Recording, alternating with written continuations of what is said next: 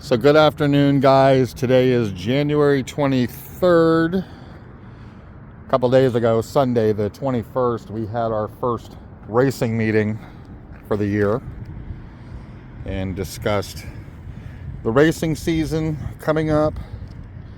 It was decided that our first race will be April 20th of 2024, and that will be from 150 miles flying out of South Central Oregon. The way the club is set up, we'll have 8 flyers this year, which even with me is a few less than last year. I think we had 10 last year. So we'll only have 8 this year. We only fly old birds in this area. We have no young bird races.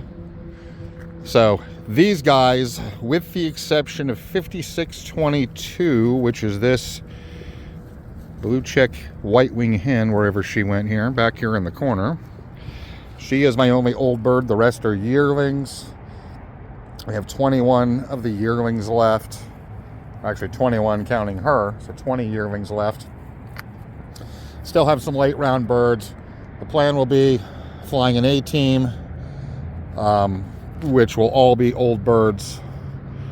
15 of those per flyer, and then a B team, 15 of those per flyer, and then possibly C training teams, which will be designated training teams, which will be designated C teams. Kind of no limit, depending on truck space and all that, and how it goes. We have a truck capacity of about 360 birds, I think. So whatever. So obviously, with 8 flyers times 30. That's 240. So there'll be about 120 trainers, up to that many. But so needless to say, with the racing season going on, be on here in about 4 months, or actually I guess that's 3 months away, time to beat feet and get it done. Start training the birds out. The weather has been fairly rainy lately, and it's always been overcast. But this is kind of what our hand deals us here. Always overcast, often foggy, usually drizzly. Training toss I did Sunday were all of those conditions. Today it's got two-thirds of that. It's not drizzly today, but it is overcast and cloudy. So this is their second time here at this location. If you've been following the channel for a long time, you will recognize this place. This is a fairgrounds. And this is a horse racing downs over here next to me on the right.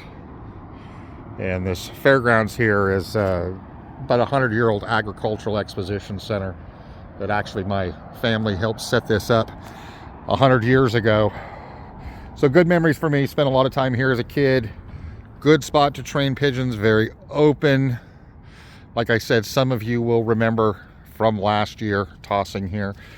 Short toss here. We are on the race course headed west. I mean, not west, but east.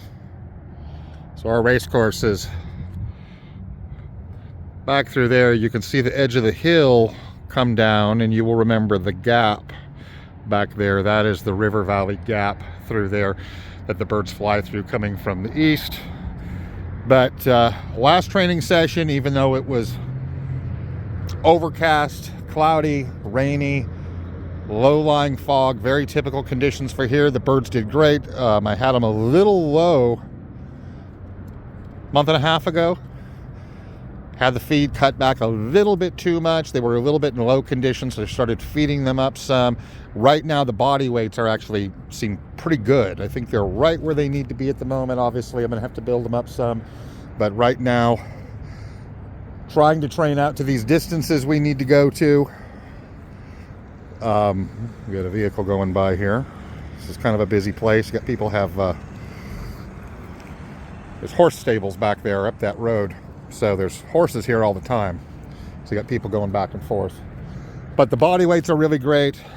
Last toss, they almost beat me. Right as I parked the truck, walked 10 feet to the back gate, one big drop, had everybody back.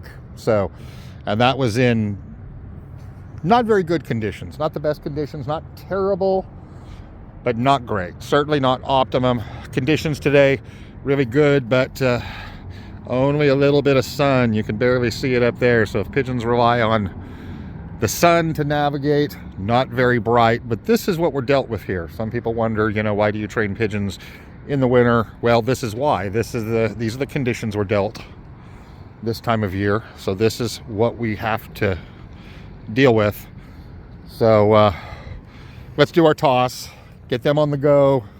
We have about an hour to sundown. As you can see, the sun is starting to ebb low now here. It'll go behind the mountains once it's behind that hill, which is one of the last training stations. That is our old family property at the base of that hill. Once it goes below that hill, it's getting dark in 5 minutes. So once it just goes below the crest of the mountain, it's gone. The sun is gone. So we must get going. Everybody in good shape. There's one blue bar. She is lagging behind. Her condition is not holding up as well as I would like under the 80% barley, really dropping in condition. She was definitely lagging, but let's go.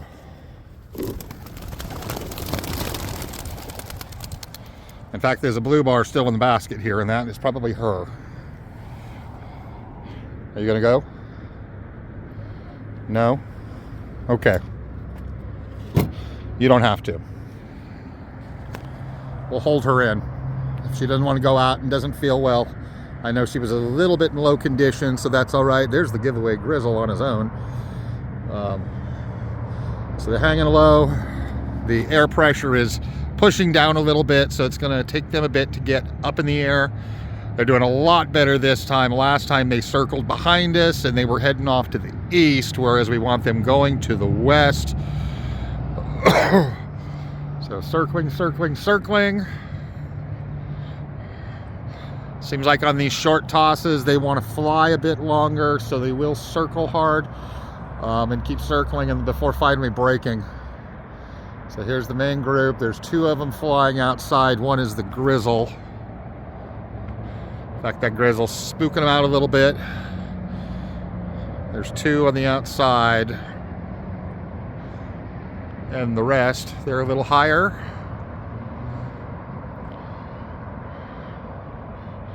So circling. Like I said last time, they were right there as I was coming home. So we will see. So we have 20 flying. This blue bar I will leave in the basket since she does not want to fly. No sense in pushing her. Give her a rest. See what happens. Hopefully she'll get her act back together. If she doesn't and she continues to do this, she's not going to be able to hang. She will get called. So flying. Anyway, I am going to race home. We will see what happens. Let them circle more. They're probably going to break off and head for home here very shortly. So see you in a minute. So we are back home. As I mentioned on the last drop, they came in on one drop right as I came home. This time, everybody but the giveaway grizzle was here before me, beat me right as I got out, before I got the camera out. The giveaway grizzle, wherever she may be, back over there in the back corner. She dropped on her own, coming in at the end. But everybody else ahead of me this time. So good training drop there. Came home fast. Obviously they can cover territory a lot faster than I can. With a little bit of barley, body weights seem to be really good. They're coming home fast. And they came home as a group. Obviously I got a couple rovers in here that insist on staying in here with them, which is fine. They're some of the last ones in the kit. But needless to say, a successful drop. Should be 21 pigeons here. I will do a count later, make sure there is. I think it looks like everybody is here. I don't see anybody missing offhand. But so far so good. Definitely a very successful training toss. Not a problem. Straight home. Came home fast. Beat me here. Obviously they can cover that territory a lot faster than I can on the road. But Thank you for watching. Tune in next time, guys. We're going to continue training out as the race season comes in. Do some more videos. I will add, in relation to my last video, my Black Widow cock that got stuck during transport. He was stuck for 3 days in Milwaukee, Wisconsin. He came in yesterday. He is in good shape. All is well with him, and I even talked to the shipper. Unfortunately, I think every one of his other pigeons he sent had finally come in, I think apart from one. I think he was waiting on one in California. So good news there. Didn't lose him. So that is it, guys. I will see you later. Keep them flying out there. I hope you have your breeders together and are getting everything together for the season. See you later.